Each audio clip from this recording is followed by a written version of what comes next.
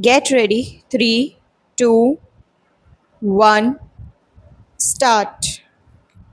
I am glad to welcome you to this first All India Conference on Letters to be held under the auspices of the central government.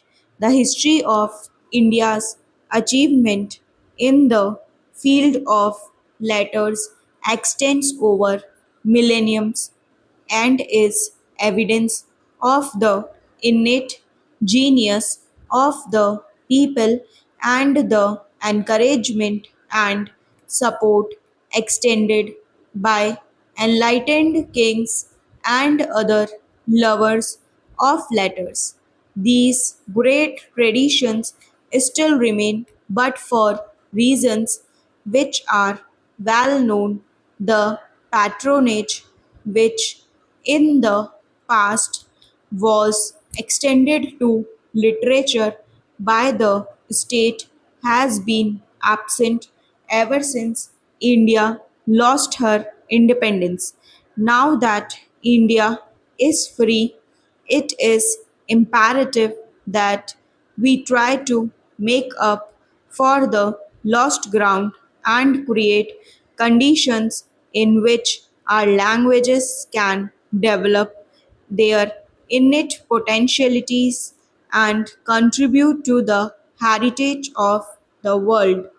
I may briefly refer to the proposal which was put forward over 5 years ago by the Asiatic Society of Bengal for the establishment of a national cultural trust. This was to be charged with the task of stimulating and promoting the culture of the country in all its aspects. The society proposed that the trust should function as an autonomous body and consist of three academies, viz. An Academy of Letters to deal with the Indian languages, literature, philosophy, and history, an Academy of Art and Architecture, and an Academy of Dance, Drama, and Music was intended that these academies should aim at maintaining and improving the standards of achievement of all these fields of culture, since literature and culture can flower best in an atmosphere free from the restrictive influences of officialdom.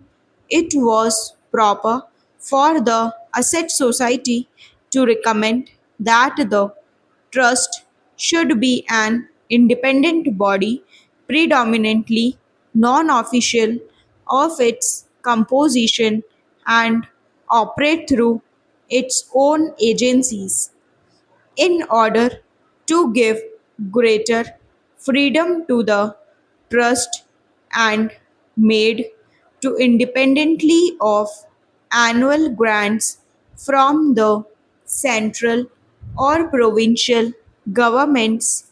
The society also proposed that an endowment of 4 crores of rupees should be created. The proposals were referred to the Central Advisory Board of Education, which asked one of its committees to examine them. Accordingly, it was recommended that the central government should contribute half the amount, while the provincial governments and the Indian states should contribute the balance. You are all aware that ever since the attainment of independence, the country has been passing through a period of difficulty. Para, as you know, the financial difficulties still continue, and this is not certain when the government will be in a position to carry out its program in respect of the trust. Nevertheless, a beginning has been made, and an All India Conference on Art was held at Calcutta in August 1949, as a result of which an advisory body on art was set up. We have decided to hold the conferences on letters and on dance, drama, and music during the current year so that the advisory bodies for these subjects may also be set up without further delay.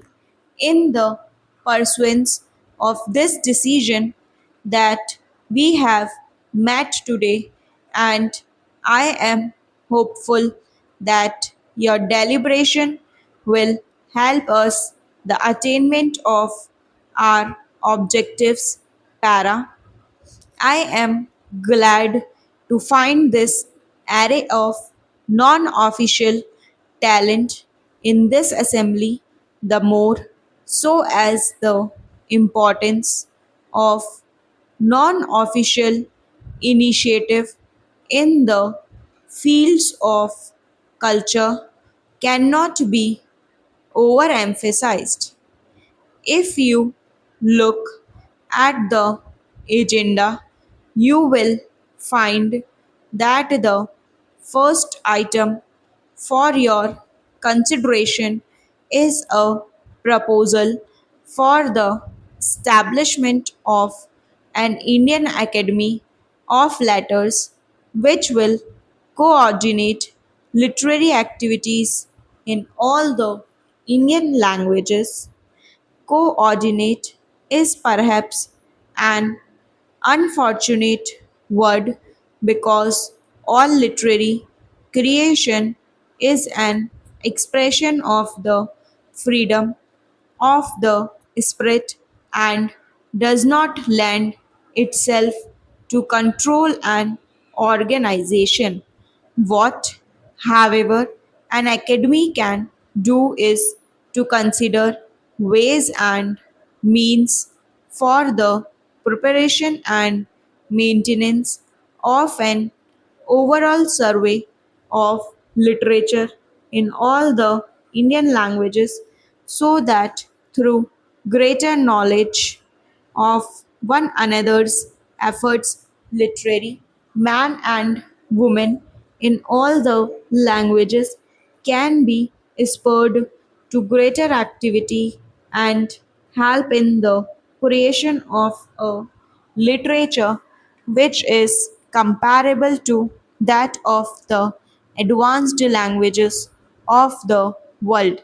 So long as there was an alien government in the country, the people were suspicious of any governmental interference in the sphere of literature and culture.